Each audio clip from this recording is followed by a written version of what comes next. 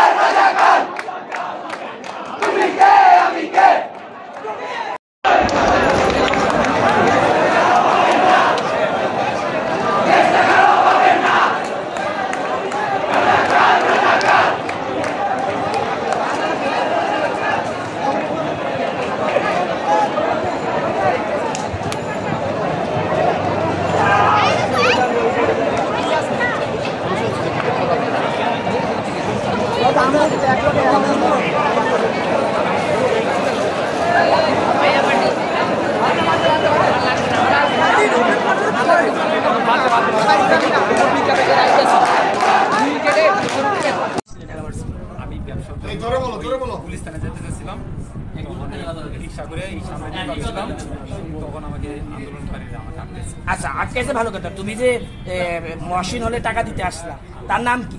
মহসিন হলে টাকা বলতে কি আমাকে শিক্ষামন্ত্রী পিএস অমিত বলছিল যে জোরে বলো শিক্ষামন্ত্রী পিএস মন্ত্রী, জোরে বলো এপিএস এর নাম বলো, শিক্ষামন্ত্রীর নাম বলো, এপিএস এর নাম বলো। নাম বলো।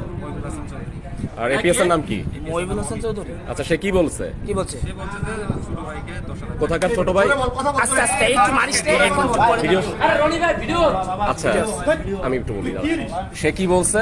বলছে মহসিন হলে ছোট ভাই ছোট হোসেনকে 10,000 টাকা দিতে। হোসেনের পোস্ট কি? হোসেনের বই সম্ভবত সে সেক্রেটারি। সম্ভবত সেক্রেটারি, মহসিন হলের সেক্রেটারি। সুন্দর তুমি দিকে তাকে এসে দিছিস টাকা দিতে আসছো, তাই না? তোমার হোয়াটসঅ্যাপে আরো 5 জনের নাম ছিল ওই তার সাথেই, তাদেরকে টাকা দেওয়ার ব্যাপারে মানে মোটামুটি তুমি 50,000 টাকা। দাঁড়াও, না বইলো না। তোমার হোয়াটসঅ্যাপে তুমি যা লিখছো, মেসেজ দিছো, ওটাই বলতেছি আমি। তো তুমি তাদেরকে 50,000 টাকা দিছো, এটার স্বীকারোক্তি দিছো যে হ্যাঁ দেয়া হয়ে গেছে। এই ব্যাপারে তুমি একটু কে দিছে এই টাকাটা? কে দিছে? তুমি কেন হ্যাঁ বলছো? তুমি দাও না, ওই টাকাটা তোমার কাছে আছে, তাই তো?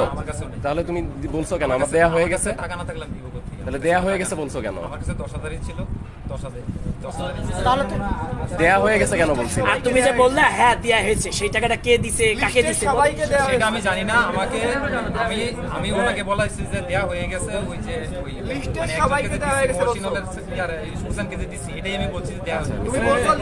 এই টাকাটা তোমাকে কখন আজকে দিতে বলছে? আন্দোলনের পরে? না, সকালে দিতে বলছে, আন্দোলন শুরু হওয়ার আগে। ভাই ওই যে পাঁচজনের দিছো, কখন ওই পাঁচজনের নাম বল। পাঁচজনের নাম বল, পাঁচজনের নাম বল। পাঁচজনের নাম জানি না। এই যে সাউ পাড়া নাম জানোস না? না, আমাকে তো লিস্টে নাম দিছে। এই আচ্ছা, এই মেসেজটা তোমাকে কারা পাঠাইছে? এই লিস্টটা কে পাঠাইছে এটা বলো তো? এই এপিএস অমিতি পাঠাইছে, নফলের এপিএস।